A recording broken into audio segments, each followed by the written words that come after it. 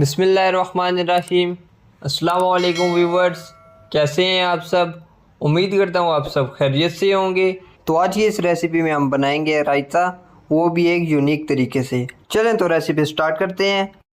हम तकरीबन आधा किलो दही लेंगे एक बाउल में और उसको अच्छी तरह फेंट लेंगे। अब हम इसमें एक मीडियम साइज़ का प्याज बारीक चॉप किया हुआ और एक मीडियम साइज़ का टमाटर भी बारीक चॉप किया हुआ इसमें शामिल करेंगे। और इसके बाद हम इसमें खीरे शामिल करेंगे। खीरों को हम क्यूब्स में काट लेंगे अच्छी तरह बराबर बराबर। ये देखें जी, हमने सब चीज़ों को दही में शामिल कर लिए है।